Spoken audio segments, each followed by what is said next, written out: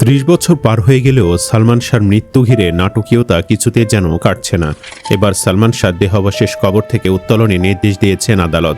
এর আগে সালমান শাহ নিহতের ঘটনায় স্ত্রী সামিরা এবং তার পরকীয়া প্রেমিক খল অভিনেতা ডনের জড়িত থাকার খবর পাওয়া গিয়েছিল, কিন্তু ৮ মাস পেরিয়ে গেলেও গ্রেপ্তার করা যায়নি ডন এবং সামিরাকে।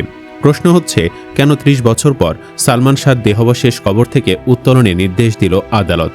এতদিন পর কবর থেকে মরদেহ তুলে কি কোনো তথ্য প্রমাণ পাওয়া সম্ভব? এছাড়াও বর্তমান ডন এবং সামিরা কোথায় লুকিয়ে আছে সে সম্পর্কে বিস্তারিত জানতে ভিডিওটির শেষ পর্যন্ত দেখতে থাকুন। ১৯৯৬ সালের ৬ সেপ্টেম্বর সকালে সালমান শাহ নিউ ইস্কাটন রোডের বাসায় নিহত হন। অভিনেতার মৃত্যুর রহস্য উদ্ঘাটনের লক্ষ্যে নির্বাহী ম্যাজিস্ট্রেটের উপস্থিতিতে দেহাবশেষ উত্তোলন, শ্রোতাহাল প্রতিবেদন তৈরি এবং ময়নাতদন্ত সম্পন্ন করার নির্দেশ দেওয়া হয়েছে। বাংলাদেশ সংবাদ সংস্থার এক প্রতিবেদনে বলা হয়েছে, ঢাকা মেট্রোপলিটন ম্যাজিস্ট্রেট জুয়েল রানার আদালত গত ২৪ মে এ আদেশ দেন। মামলা তদন্তকারী কর্মকর্তার আবেদনের পরিপ্রেক্ষিতে এ সিদ্ধান্ত আসে বলে জানা গেছে।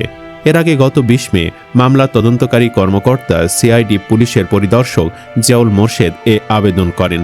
১০ জুন তদন্তকারী কর্মকর্তা সিআইডি পুলিশের পরিদর্শক জিয়াউল মোর্শেদ বিষয়টি নিশ্চিত করেন। তিনি বলেন, হত্যার প্রকৃত কারণ উদ্ঘাটনের জন্য নির্বাহী ম্যাজিস্ট্রেটের উপস্থিতিতে প্রখ্যাত চিত্রনায়ক সালমান শাহ দেহাবশেষ কবর থেকে উত্তোলনপূর্বক শ্রোতাহাল প্রতিবেদন তৈরি ও ময়নাতদন্ত সম্পন্ন করার অনুমতির আবেদন করি। আদালত আবেদন মঞ্জুর করেন। কিছু কার্যক্রম আছে তা শেষ করে আমরা মরদেহ কবর থেকে উত্তোলন করে শ্রোতাহাল প্রতিবেদন তৈরি ও ময়নাতদন্ত সম্পন্ন করব। মামলার নথি অনুযায়ী ১৯৯৬ সালে সালমান শাহকে তার বাসায় অসুস্থ অবস্থায় পাওয়া গেলে তাকে দ্রুত হাসপাতালে নেওয়া হয়। পরে চিকিৎসকরা তাকে মৃত ঘোষণা করেন। ওই সময় রমনা থানায় একটি মামলা দায়ের করা হয় এবং সিলেটের শাহজালাল রহমতুল্লাহি আলাই মাজার প্রাঙ্গণে তাকে দাফন করা হয়। গেল বছরের ২১ অক্টোবরে রমনা থানায় সালমান শাহর মৃত্যুর ঘটনায় হত্যা মামলা দায়ের করা হয়। মামলা করেন তার মামা আলমগীর কুমকুম। এর আগের দিন ২০ অক্টোবর দুপুরে প্রয়াত এই নায়ককে কি স্বেচ্ছায় মৃত্যুবরণ করেছিলেন নাকি তাকে শেষ করা হয়েছিল তা জানতে মামলা পুনরায় তদন্তের নির্দেশ দেন আদালত। সে তদন্তের জের ধরেই এবার সালমান শাহকে কবর থেকে উত্তোলনের নির্দেশ দিল আদালত। এদিকে প্রধান দুই সন্দেহভাজন ডন এবং সামিরার খোঁজ মিলছে না। সালমানের পরিবার বরাবরই দাবি করে এসেছে সালমান শাহকে পরিকল্পিতভাবে শেষ করা হয়েছে। সালমানের মৃত্যুর পর বরাবরই সালমানের পরিবারের অভিযোগের তীর ছিল তার স্ত্রী সামিরার দিকে, আর সামিরা বরাবরই এটি অস্বীকার করেছেন।